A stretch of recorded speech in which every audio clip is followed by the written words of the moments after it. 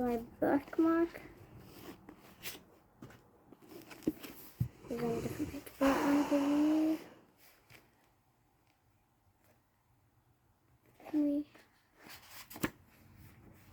48.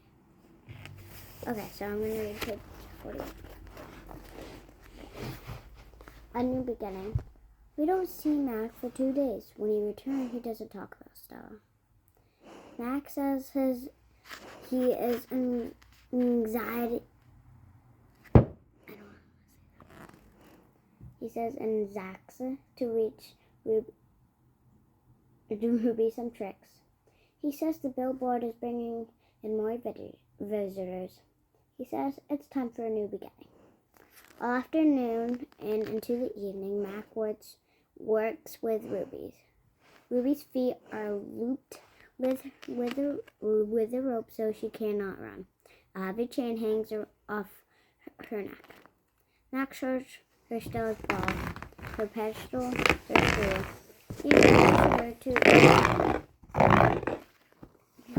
He introduces her to her Snickers. When Ruby obeys, Mac gives her a cube of sugar or a bit of dried apple. When she doesn't, he yells and kicks the sawdust. When George and Julia arrive, Mac is still training Ruby. Julia sits on the bench and watches them. She draws a little bit, but mostly keeps her eye on Ruby. Bob watches too. He's hiding in the corner of my domain, under not tag. It's raining outside, and Bob does not like damp feet. Ruby tugs behind Mac, her head dropping endlessly. They circle the ring. Sometimes Mac slaps her flank with his hand. Comment down below if you know what flank is. Suddenly, Ruby jerks to a stop. Mac pulls the chain hard, but Ruby refuses to move. Come on, Ruby. Mac is mostly pleading. What is the problem? She's exhausted, I say to myself. That's the problem. Mac groans. Idiot elephant. Idiot human, Bob mutters. Walk, Ruby, I say, although I know she's too far away. And if you want a book like this, we're on page 150. Do hear me. Do what he says. Walk, Mac commands now. Ruby doesn't walk. She plops her rump on the sawdust floor. I think she's maybe tired, Julia says. Mac wipes his forehead with the back of his arm. Yeah, I know, we're all tired. He pushes Ruby with the heel of his boot. She ignores him. George looks over from the food court when he is wiping off all the tables. Mac, he yells. Maybe we should call it a day. I'll close up. Mac yanks on Ruby's chain. She's as a tree trunk. He pulls harder and falls to his knees. That does it, Mac says. He brushes sawdust off of his jeans. I'm through playing around. Comment below if you got comment what you think is gonna happen next, and let us know if you got it right. Max stomps off to his office. When he returns, he is carrying a long stick. The gleaming hook on its end is almost beautiful, like a silver of a moon. It's a claw stick. Mac pokes Ruby with the sharp point. Not hard, just a touch. I can tell he wants her to see how much it hurt. I growl, low in my throat. Ruby doesn't budge. She is a gray, unmoving boulder. She closes her eyes for a moment. I wonder if she might have fallen asleep. I'm warning you, Max says. He busts out. He stares at the ceiling. Ruby makes a huffing sound.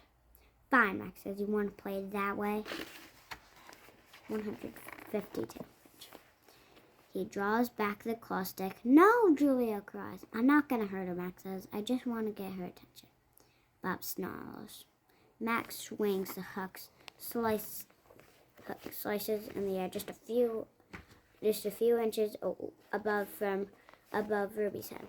See why you don't want to mess with me, Max says. He draws the claw stick again. No, now move! Ruby jerks her head, flinging her trunk toward Mac. She makes a noise that sounds the sawdust scratching. It makes my glass shiver. It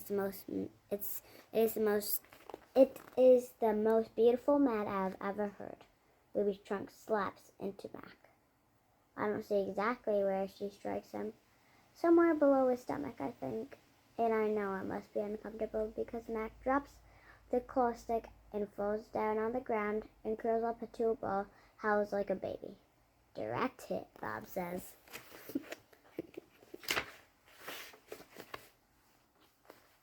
Poor Mac.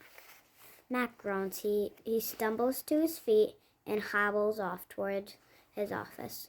Ruby watches him leave. I can't read her expression. Is she afraid? Relieved? Proud? When Mac is gone, George and Julia lead Ruby from the ring. It's okay, baby. It's okay, Julia says, stroking Ruby's head. They settle Ruby in her domain and makes sure she has fresh water and food. Before long, Ruby's dozing. Dad? Julia asks as George locks Ruby's iron door. Do you think Mac will ever hurt Ruby? I don't think so, Jules, George says. At least I hope not. Maybe we could call someone. George scratches his chin. I wish I could help Ruby, but I don't know. But I want to know how. I mean, who would I call? The elephant cops? Besides, George looks down. I need this job, Jules. We need this job. We need this job. Your mother, the doctor bills? He kisses the top of Julia's head. Back to work. You and me both. Julia sighs and reaches for her backpack. She removes a piece of paper, a bottle of water, and a small metal box. Homework first, George says, wagging a finger. Then you can pay. It's for art class, Julia explains. We're doing watercolors. I'm going to paint Ruby. George smiles. All right, then. Just don't forget your spelling. Dad, Julia asks again. Did you see Mac's face when Ruby hit him? George nods, yes. He says slowly, I did. He shakes his head. Poor Mac. He turns away, and only then I do hear him laughing. What's nice? I'm going to put this in case it closes. I am going to get my calendar out. Oh, what's the date? Alexa, what's the date? Today is Friday, May 31st. Okay, so pages 35 to 46. Okay, so, wait, 34th.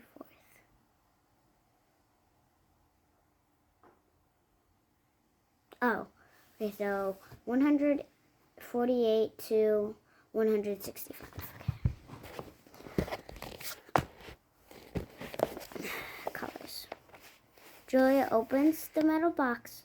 I see a row of little squares, green, blue, and red, black, yellow, purple, orange.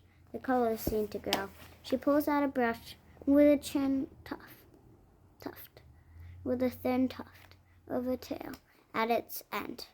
She dips the brush in the water and wets the paper, then taps the red square. Then taps at the red square. When the brush meets the damp paper, pink petals of colorful unfold like morning flowers. I can't take my eyes off that magical brush. For a moment, I'm not thinking about Ruby and Mac. In the claw stick and Stella? Almost.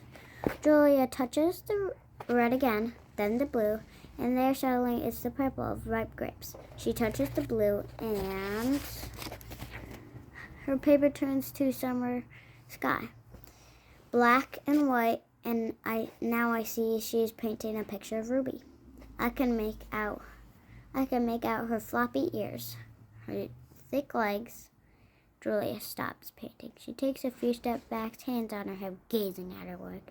She scolds. "It's not right," she says. She glances over her shoulder at me. I try to look encouraging.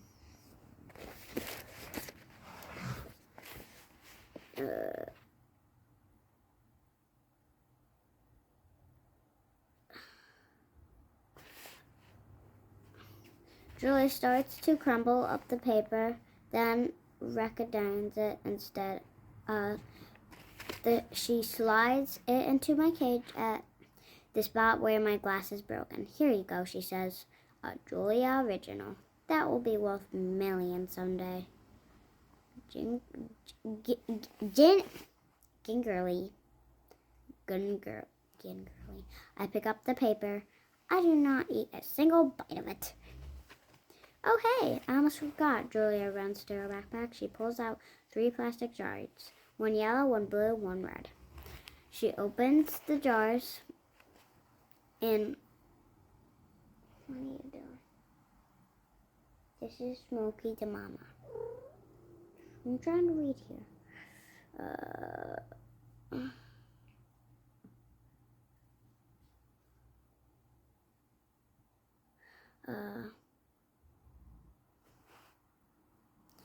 She opens the jars.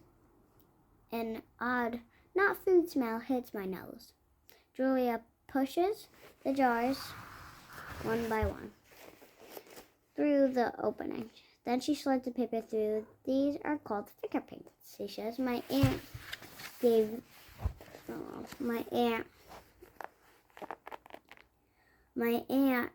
them to me, but really I'm too old for finger painting. I stick a finger into the red jar. The paint is thick as mud, but it's cool and smooth like bananas underfoot. I pop my finger into my mouth. It's not exactly ripe mango, but it's not bad. Julia laughs. You don't eat it, you paint with it," she says. She grabs a piece of paper. And presses her finger on it. "See? Like this." I place my finger on a piece of paper. I lift it up, and a red mark is there. I get a bigger glob from the pot and slap my hand down.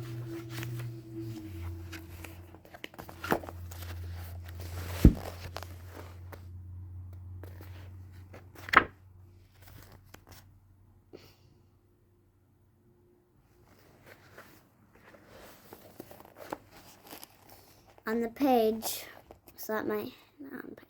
when I pull my hand off, the paper is red. Twin stays behind. This is unlike the ghostly handprints on my glass. The ones on my Victor's leave behind. This is a handprint that can't be so easily wiped away. What page am I going to?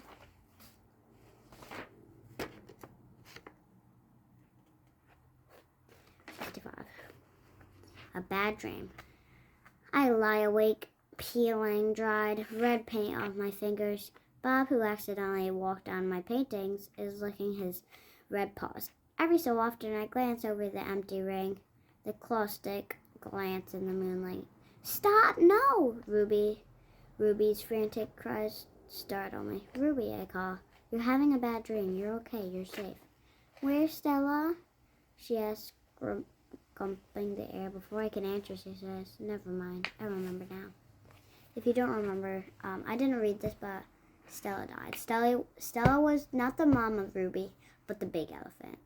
And Mac didn't call the vet in time, and her leg was hurting, so. "Go back to sleep, Ruby," I say. "You've had a hard day." "I can't go back to sleep," she says. "I'm afraid I'll have the same dream. There was a sharp stick and it hurt." I look at Bob. He looks back at me. "Oh," Ruby says. "Oh, Mac." She puts her trunk between the bars. Do you think she hesitates. "Do you think Mac is mad because I hurt him today?" I consider lying, but girls are terrible liars. "Probably," I finally say. "He ran away after that," Ruby says. Bob gives a scornful laugh. Crawled away is more like it. We are quite for a while. Branches claw at the roof of the light rain drums. One of the parrots murmured something in her sleep. Ruby breaks the silence. Ivan, I smell something funny. He can't help it, Bob says. He can't help it, Bob says. He thinks Ivan has gas. I believe she's referring to the finger paints Julia gave me, I say. What are finger paints? Ruby asks. You make pictures with them, I explain. Could you make me a picture? Maybe someday. I remember Julia's pictures. The one that will make worth $1 million. I hold it up the glass. Look. It's you, Julie. It's you. Julia made it. It's hard to see, Ruby says. There's not much moonlight. Why do I have 2 trunks? I examine the picture. Those are feet. What do I have 2 feet? That's called artist license, Bob says. We're on page 164. Ruby says, could you tell me another story, she asked. I don't think I could ever go back to sleep. I told you all I remember, I say with helpless shrug. Then tell me a new story, she says. Make something up. I try to think, but my thoughts keep returning to Mac and his claw stick. Anything yet, Ruby asks. I'm working on it. Ivan, Ruby presses. Bob said, you are going to save me? Bob said, you're going to save me. I search for true words. I'm working on that too. Ivan, Ruby says in a voice so slow I can barely hear. I have another question. I can tell from the sound of the voice that this will be about a question I don't want to answer. Ruby taps her trunk against the rusty iron bars on the door. Do you think, she asked, that I'll die in this domain someday like Aunt Stella? Once again I consider lying, but I look at Ruby. The half-formed words die in my throat. Not if I can help it. I say instant. I feel something tighten in my chest, something dark and hot. It's not a domain, I add. I pause. Then I say, it's a cage. Okay, next chapter of the story. I am exhausted. I went to the right page. Yes. Alright, but guys, see you next time for the one and only Ivan. And there is the one and only Bob, and there's also the one and only Ruby and the one and only family. Anyway, guys, see you next time. Bye.